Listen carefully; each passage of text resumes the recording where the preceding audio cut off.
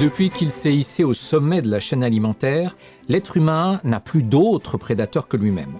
Il a donc fallu aux auteurs d'anticipation et de science-fiction, afin de nourrir leurs histoires, recenser les autres menaces existentielles pour l'espèce humaine. Ces menaces sont répertoriées à travers toute la culture populaire de ces 2 derniers siècles et elles sont au nombre de 5. Les catastrophes naturelles et environnementales, les épidémies, le surnaturel, les extraterrestres et la science dévoyée dont l'incarnation préférée est le robot tueur. Et à ce moment-là de mon intro, vous vous demandez pourquoi je vous mentionne cette curieuse classification anxiogène. La raison en est simple.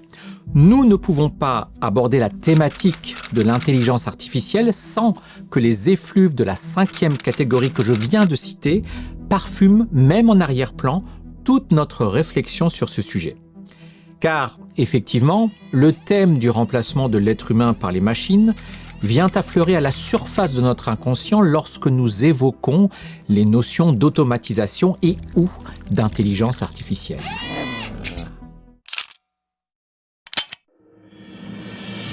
Bonjour, je suis Eric Houmer et comme vous, je suis un auteur et un créateur de contenu et comme vous sans doute, je m'intéresse à tous les aspects de mon activité. Et bien sûr, l'irruption récente dans l'actualité de l'intelligence artificielle, ou plutôt de l'accès grand public à l'intelligence artificielle, est venue me questionner.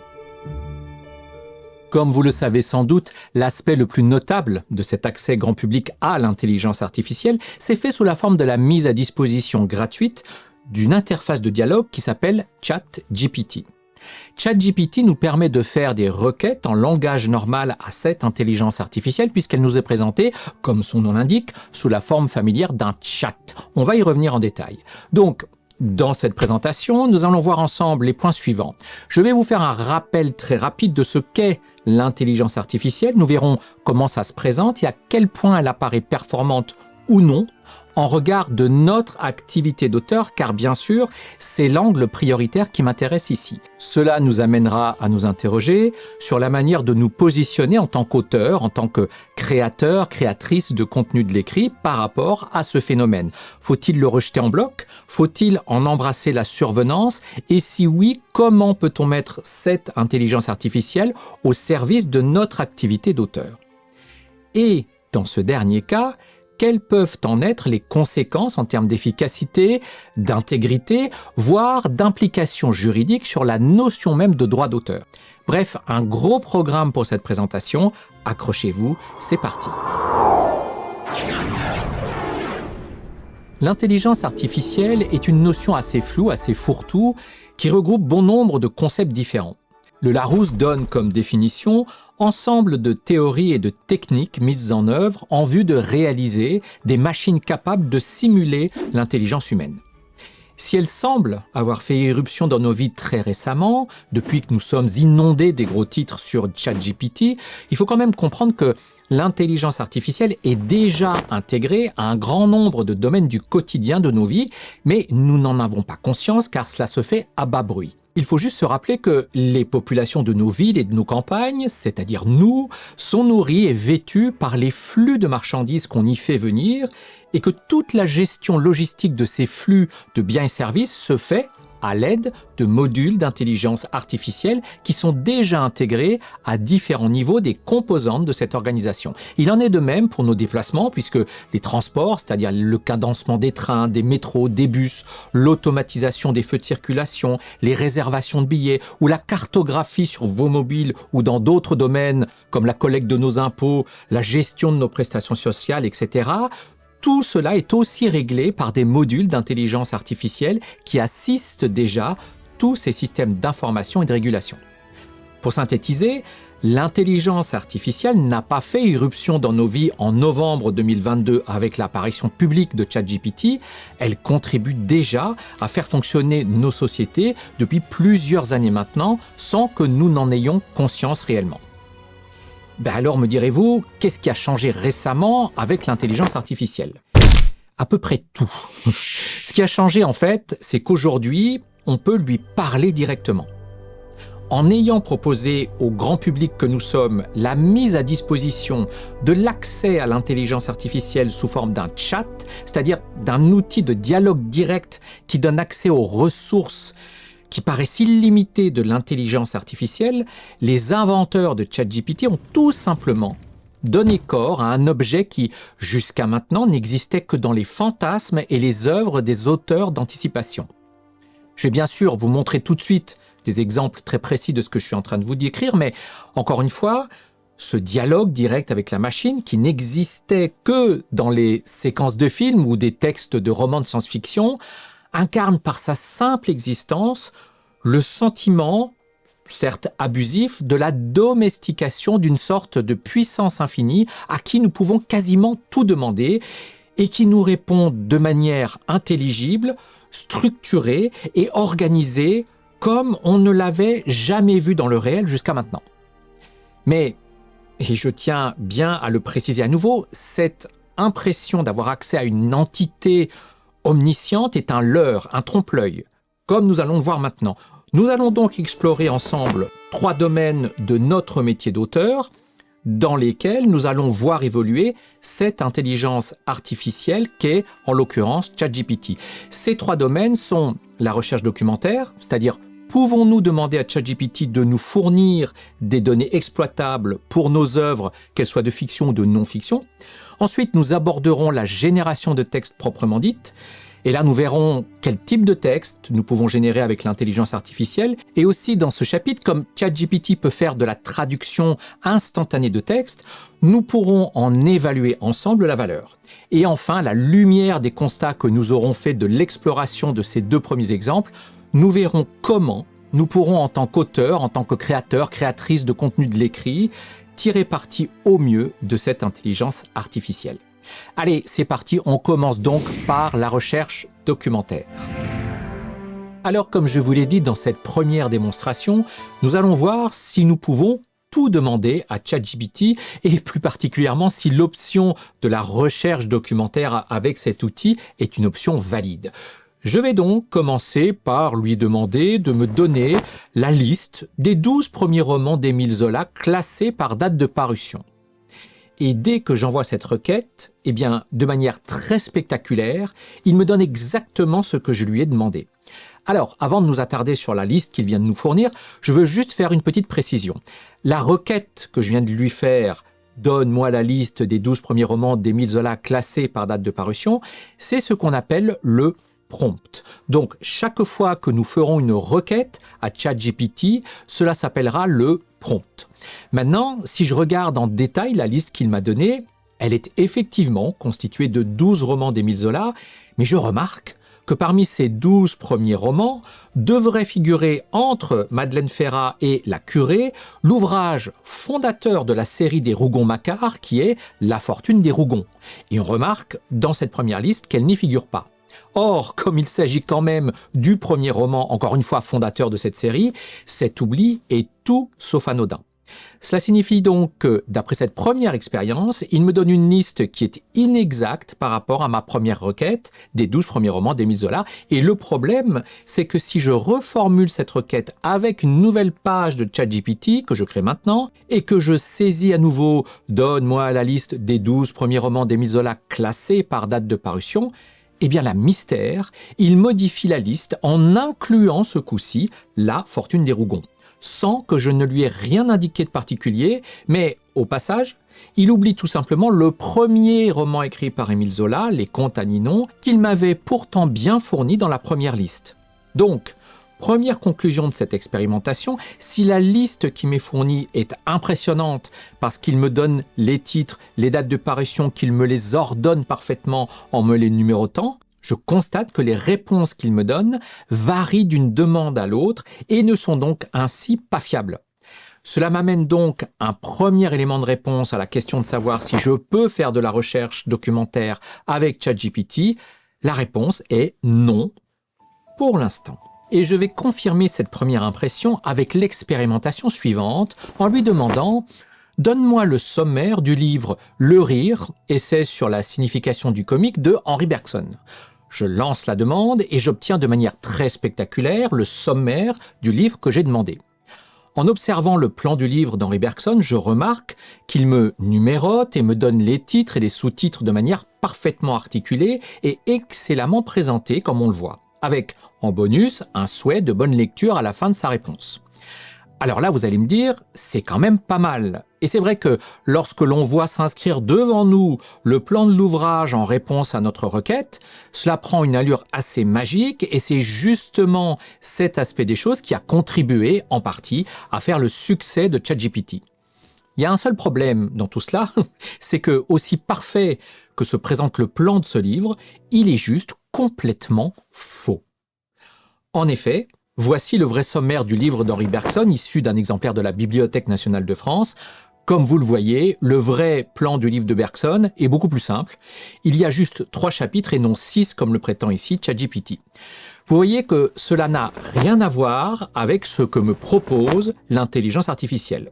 À tout hasard, je vais simplement lui demander s'il est au courant de l'existence de cet ouvrage. Je lui demande donc qui a écrit le livre « Le rire, essai sur la signification du comique ». Et là, bonne nouvelle, il me donne une réponse parfaite telle que vous pouvez le voir. Cela signifie donc que ChatGPT possède dans sa base de données la référence de cet ouvrage, mais pour autant, il ne me donne aucunement le sommaire réel de ce livre. Pour aller plus loin, je vais lui redonner une chance en créant une nouvelle page dans ChatGPT et en lui reposant la question. Et vous voyez que c'est encore pire que ce que nous venons de constater puisqu'il me fournit un autre sommaire totalement différent dans ses intitulés que précédemment. Et encore une fois, ce nouveau sommaire fourni est lui aussi complètement faux puisqu'il n'a rien à voir avec la réalité de l'ouvrage de Bergson. Dans ce que je vous présente ici, je ne vous donne que ces 2 exemples parmi les nombreux que j'ai testés et j'ai sélectionné, perfide que je suis, 2 résultats où ChatGPT se trompe manifestement. Mais dans mes essais, il est arrivé qu'il me donne des réponses absolument parfaites sur d'autres sujets dans l'exactitude de ces données fournies. Et c'est bien là tout le problème. Si je lui fais une requête et qu'il est possible qu'il me donne les bonnes réponses, comme il est tout autant possible qu'il me raconte n'importe quoi, vous comprenez bien que je ne peux pas, nous ne pouvons pas faire de ChatGPT un outil de recherche de documentation pour l'instant. Et le problème est encore plus aigu parce que si vous regardez la manière dont il nous présente les données qu'il nous fournit, elle est tout simplement impeccable. Le plan qu'il nous fournit dans les 2 cas est tout à fait plausible, il se rapporte à la thématique du livre de Bergson et pourrait, dans les 2 cas, tout à fait passer pour le sommaire réel du livre de Bergson. Le problème, encore une fois, c'est que c'est faux dans les 2 cas. Donc ici, vous l'aurez compris, le verdict est sans appel. Vous ne devez pas utiliser ChatGPT comme outil de documentation. Et je suis d'autant plus catégorique sur ce point que la qualité sémantique de ses réponses, l'excellente structure avec laquelle il répond à votre requête, lui donne une réelle apparence d'autorité, d'authenticité. Cela lui donne une sorte d'aplomb qui lui permet de vous annoncer, dans certains cas, des énormités avec le même poids que lorsqu'il vous donne des bonnes réponses. Car son grand défaut, c'est de ne pas dire « je ne sais pas », pour la simple et bonne raison qu'il ne sait pas qu'il ne sait pas. C'est là toute la différence avec un être humain. Un être humain qui vous affirme quelque chose sait très bien si ce qu'il affirme est fondé ou basé sur une simple hypothèse. Et dans le cas d'un être humain honnête, il n'oubliera pas de vous le préciser. Mais avec l'intelligence artificielle, et ici particulièrement ChatGPT, vous avez dans certains cas l'impression de dialoguer avec un mythomane capable de vous affirmer qu'il a construit la Tour Eiffel et qu'elle est à vendre, avec encore une fois le même aplomb que de vous donner une bonne réponse sur des données vérifiables. Cela étant dit, ce phénomène est parfaitement reconnu par les créateurs de ChatGPT et d'ailleurs, ils appellent cela littéralement les hallucinations de ChatGPT et ils précisent travailler justement sur l'amélioration de cet aspect de l'outil. Mais cela me permet donc de réaffirmer ma conclusion. En l'état actuel des choses, nous ne devons pas utiliser ChatGPT pour notre documentation d'auteurs et de créateurs-créatrices de contenu. En revanche, nous verrons dans un instant comment utiliser ChatGPT pour traiter des informations ou des éléments de documentation d'une manière qui nous permettra de profiter de sa puissance algorithmique, notamment au niveau de l'excellence de ses fonctions sémantiques et de structuration des données. Mais avant cela, et comme promis, voyons ensemble comment ChatGPT se débrouille pour sa grande spécialité, la génération de textes sur demande. Alors, nous allons aborder maintenant la fonctionnalité qui est probablement la plus impressionnante de ChatGPT. En tout cas, celle qui a été sans doute le principal moteur du succès fulgurant de cet outil à travers le monde. Je veux parler bien sûr de la génération de texte sur demande. Dans cet exemple, je vais demander à ChatGPT de générer un texte simple, descriptif, qui pourrait être utilisé aussi bien dans une œuvre de fiction que de non-fiction. Je vais donc lui demander la chose suivante. Décrit le lever du jour sur le bassin d'Arcachon avec des détails sur les activités humaines et l'éveil de la nature au petit matin en 2 paragraphes. Et là, regardez ce qui se passe dès que je lance le prompt. C'est très spectaculaire, encore une fois. Nous voyons tout simplement devant nous, comme par magie, l'outil nous générer exactement ce que nous avons demandé avec une vélocité absolument bluffante. Maintenant, si nous nous attardons sur le texte produit par ChatGPT, nous observons 2 choses. Premièrement, que syntaxiquement et sémantiquement, le texte est absolument parfait. On n'y retrouve ni faute d'orthographe, ni faute d'accord, ni faute grammaticale. Et on remarque qu'au niveau du sens, il a parfaitement suivi la demande formulée dans le prompt, puisqu'il a organisé lui-même, dans le premier paragraphe, les activités humaines, et dans le second, l'éveil de la nature au petit matin. La seconde remarque que nous pouvons faire, c'est que bien que ce texte soit syntaxiquement parfait, nous sommes en présence d'un texte plat, sans saveur, qui verse parfois dans le cliché et qui, en l'état, ne pourrait aucunement être utilisé comme texte final dans nos ouvrages, pour peu qu'on ait quelque ambition de qualité. Cette dernière remarque est capitale car au fond, elle répond directement à la question qui sous-tendait toute cette présentation et cette réponse est non. ChatGPT ne remplacera pas en l'état les auteurs, les créateurs et créatrices de contenu de l'écrit en tant qu'outil de production de texte finalisé. Mais avant d'aller plus loin dans cette conclusion, je vais pousser ChatGPT dans ses capacités en lui proposant la modification suivante. Réécris ce texte dans le style de Marcel Proust. Et dès que je lance le prompt, vous voyez qu'il s'exécute toujours avec une vélocité absolument bluffante en me proposant le même texte avec l'inflexion que je lui ai demandé, ou plutôt avec son idée de ce qu'est le style de Marcel Proust. Et si nous comparons les 2 textes, nous nous apercevons en fait qu'il a juste fait un travail de paraphrase, de reformulation. Par exemple, sur la première phrase, au lieu de « d'un spectacle magnifique », il a écrit « un spectacle enchanteur ». Un peu plus bas, au lieu d'écrire « les oiseaux marins commencent à s'activer volant au-dessus de la surface de l'eau à la recherche de nourriture », il me propose « les oiseaux marins s'activent peu à peu volant au-dessus des eaux pour trouver leur pitance ». Et comme vous pouvez le voir, le reste du texte est dans un processus similaire, mais vous serez sans doute d'accord avec moi, vous et moi aurons beaucoup de mal à discerner la patte de Marcel Proust à travers ce second texte tel qu'il nous le présente. Mais peut-être que c'est le choix de l'auteur qui ne lui convient pas.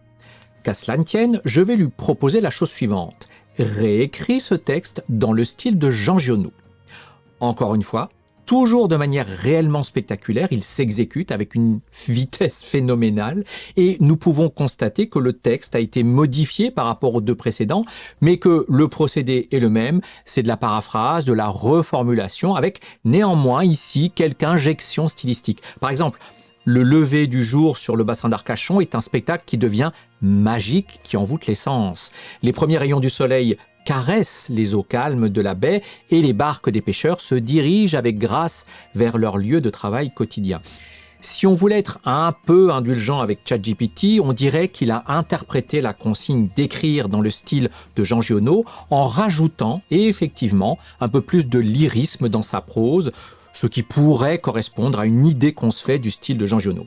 Mais si on lit pleinement ce texte, il est même surchargé précisément d'un lyrisme bon marché et ce texte, lui non plus, ne peut pas être considéré comme un texte utilisable en l'état dans une œuvre finale qui se respecte. Donc, pour appuyer ma première conclusion, la capacité de ChatGPT à générer du texte est effectivement absolument bluffante, notamment dans la vitesse avec laquelle il s'exécute. Mais comme nous venons de le voir, et je m'appuie aussi sur de multiples tests que j'ai effectués en plus de ceux-ci, les textes produits ne peuvent pas être destinés à des œuvres ayant ce que j'appelle une valeur humaine ajoutée, c'est-à-dire des textes qui laissent transparaître la présence, l'empreinte, l'émotion de celle ou celui qui les écrit. Je pense que ce concept de valeur humaine ajoutée d'un texte est appelé à devenir essentiel dans les temps qui arrivent, dans la mesure où nous allons être de plus en plus confrontés à des textes générés par l'intelligence artificielle et, de ce que j'en vois pour l'instant, nous n'aurons pas de mal à en discerner la différence. Le pendant de tout cela, c'est que les autres textes, ceux que, très arbitrairement je le reconnais, je ne considère pas comme étant des textes d'auteur, des textes à valeur humaine ajoutée, c'est-à-dire les textes techniques, les modes d'emploi, les textes à énumération purement factuelle, les textes de communication formelle basique ou de marketing de premier niveau, tous ces textes, par contre, pourront parfaitement et très efficacement être générés par l'intelligence artificielle. Ce sont donc les professions qui rédigent ce type de texte qui sont directement visées par l'irruption de cette technologie.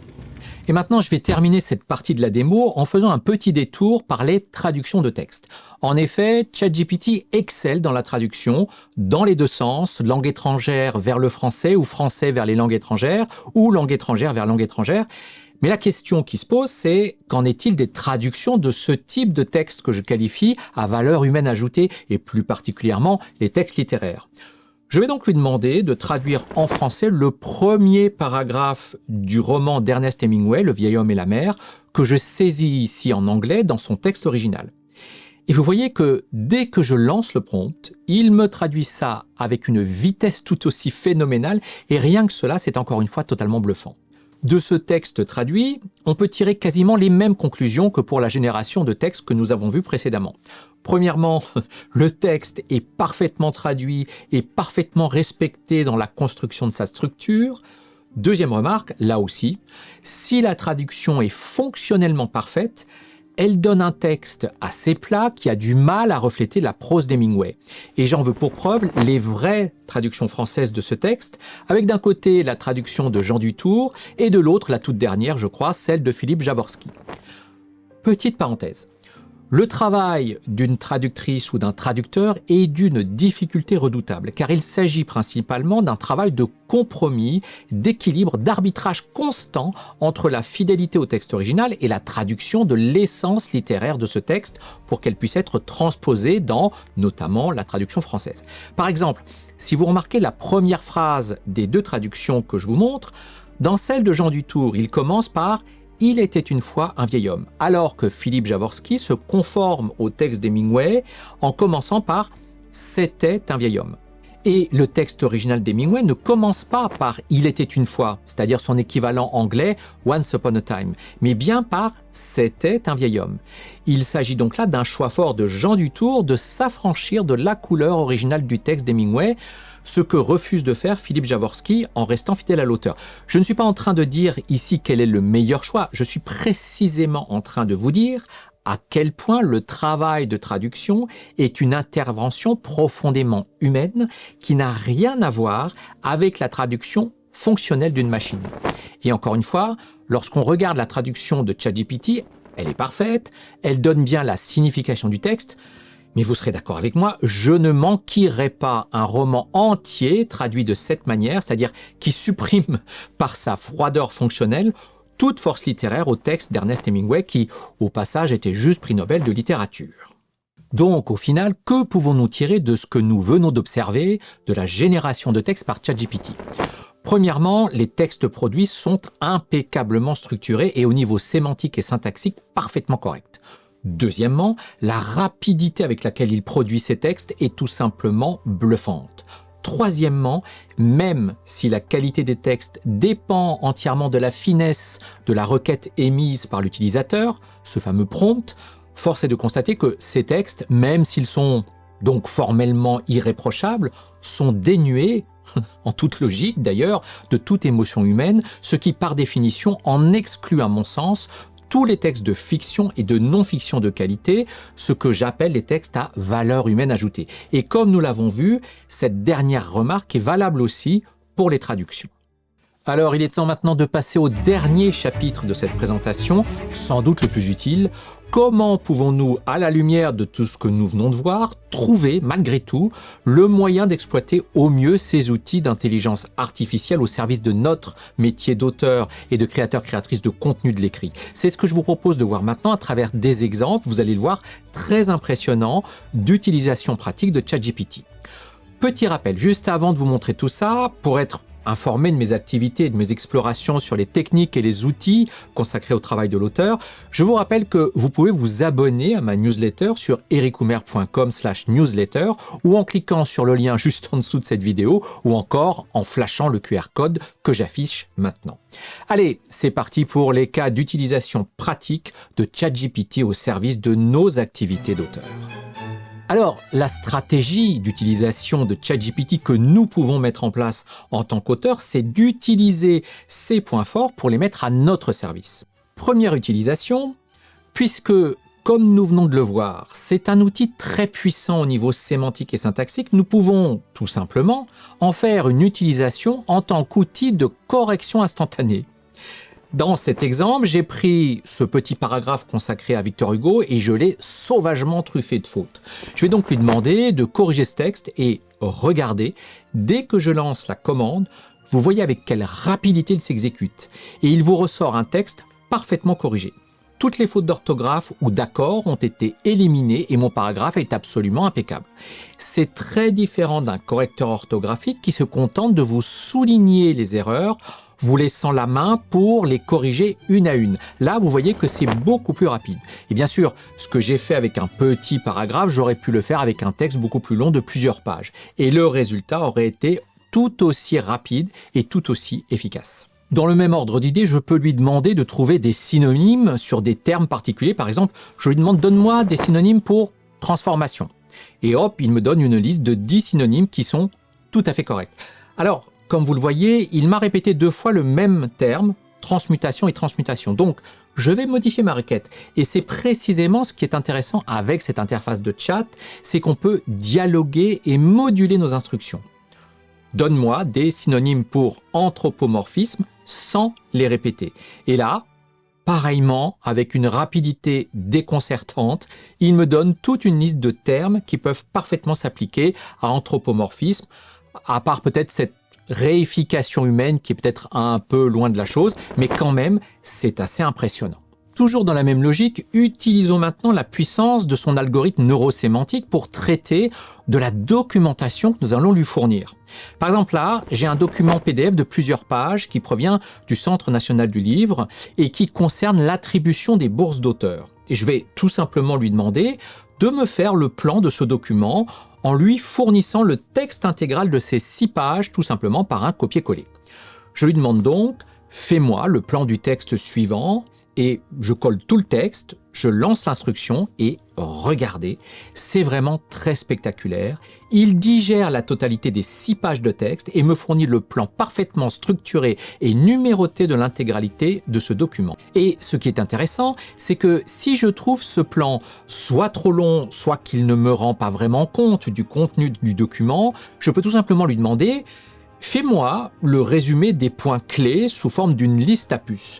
Et là, du fait de l'interface de dialogue, je n'ai même pas besoin de lui fournir à nouveau le texte. Il l'a mis en mémoire dans le cadre de ce chat, de cette conversation, et il me fournit la liste des points clés qui m'expliquent l'essence de ce document. Donc, vous comprenez bien ici que la meilleure manière dont nous allons pouvoir tirer parti de la puissance de cet outil, c'est justement en retraitant, réorganisant des informations que nous lui fournissons. De ce fait, nous sommes sûrs qu'il ne va pas nous fournir des données farfelues, issues des errances créatives de son algorithme, mais qu'il va bien jongler avec les informations que nous lui avons fournies. Et dans ce cadre d'utilisation, nous sommes assurés d'une grande fiabilité du résultat final qui nous est fourni. Vous vous souvenez, comme nous l'avons vu précédemment, que ChatGPT peut faire des traductions parfaitement fonctionnelles dans toutes les langues et dans les 2 sens. Eh bien, dans l'exemple suivant, je vais vous montrer que nous pouvons parfaitement combiner à la fois la fonction de traduction et la fonction de retraitement des informations que nous venons de voir. Ici, j'ai le PDF d'une documentation en anglais du syndicat des auteurs américains, la WGA. Et je vais en sélectionner l'essentiel. Et plutôt que de lui demander de me la traduire in extenso, je vais lui demander de m'en faire le résumé des points clés. Donc, je lui demande, fais le résumé en français des points clés sous forme d'une liste à puces du texte suivant et je colle la sélection que je viens de faire de ce texte. Et dès que je lance l'instruction, vous voyez qu'il commence à exécuter ma commande et très rapidement, qu'il m'a fait un résumé de ce document par une liste à puces en français, me donnant là aussi l'essence de ce que contient cette brochure. La parfaite exécution de cet exemple nous laisse entrevoir le potentiel de traitement de notre documentation à travers cet outil, et notamment pour celles et ceux d'entre nous qui travaillent beaucoup avec une documentation internationale.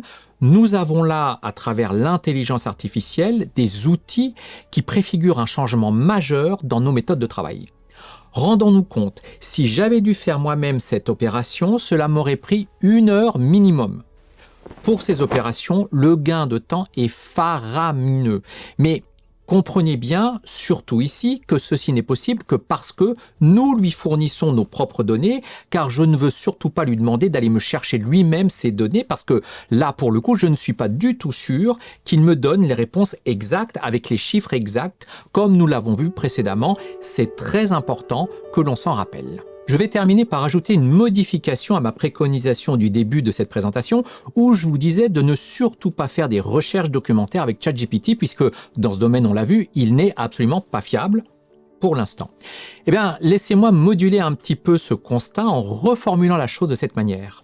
Ne faites pas de recherche documentaire sauf si vous avez vous-même une certaine connaissance, voire une expertise dans le domaine où vous lui demandez de faire ses recherches.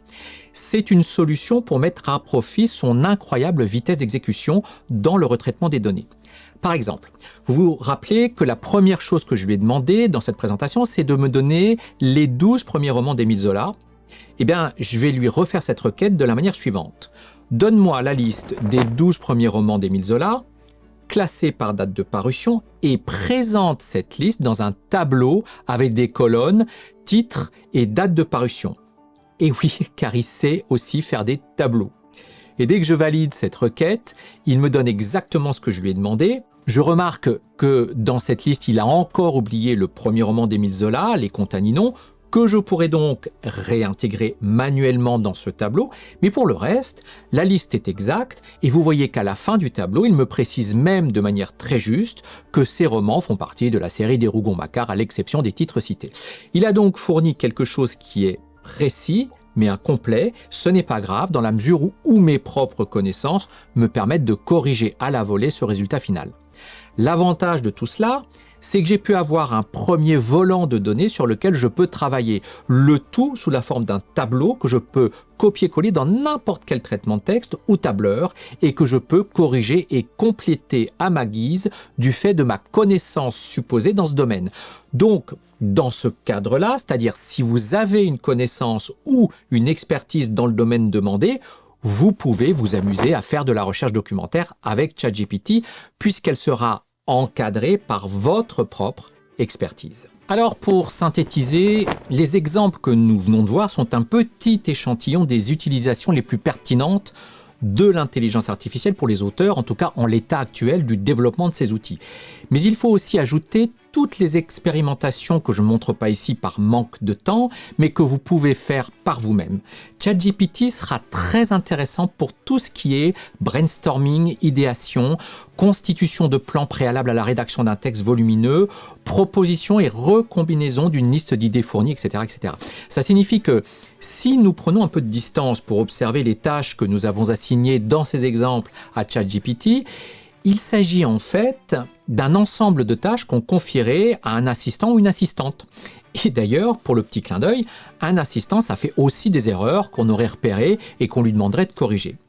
Mais comme vous l'avez vu, en regard des tâches que j'ai choisi de vous montrer et qui ne représentent encore une fois qu'une partie de tout ce que ChatGPT peut faire, vous voyez que son efficacité est redoutable et que cela en fait un outil qui est vraiment à considérer lorsqu'on l'envisage sous cet angle.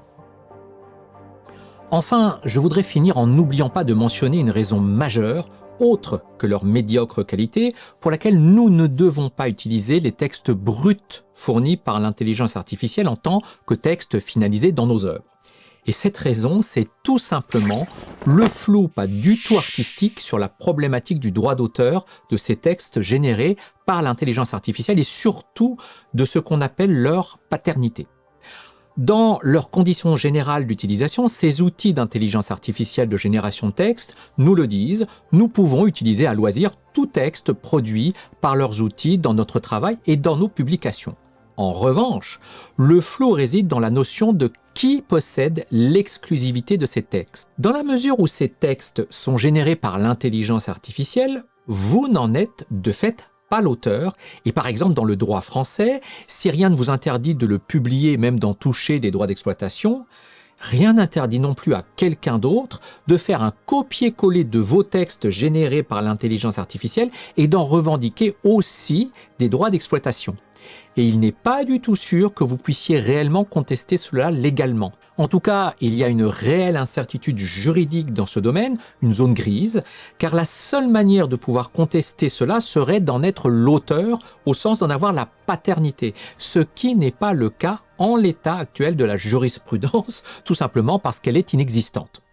Bien sûr, cette incertitude juridique, cette zone grise, sera sans doute balisée, réordonnée, clarifiée par les lois et jurisprudences qui ne manqueront pas de nourrir sans doute le corpus légal au cours des mois et des années qui viennent sur ce sujet. Mais cette problématique est pour l'instant réelle, et si vous voulez éviter de vous mettre dans une insécurité juridique majeure, je vous répète de ne pas utiliser les textes bruts fournis par l'intelligence artificielle en tant que vos propres textes finalisés.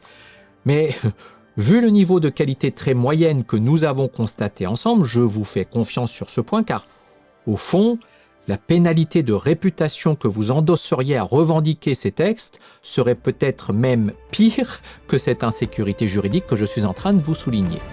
ChatGPT est, parmi tous les outils d'intelligence artificielle mis à disposition du public, celui qui a connu la croissance la plus spectaculaire et la plus rapide de toutes les technologies conçues par l'être humain depuis le début de notre civilisation, puisque cet outil a dépassé les 100 millions d'utilisateurs en seulement quelques mois. Cela ne s'était jamais vu dans l'histoire.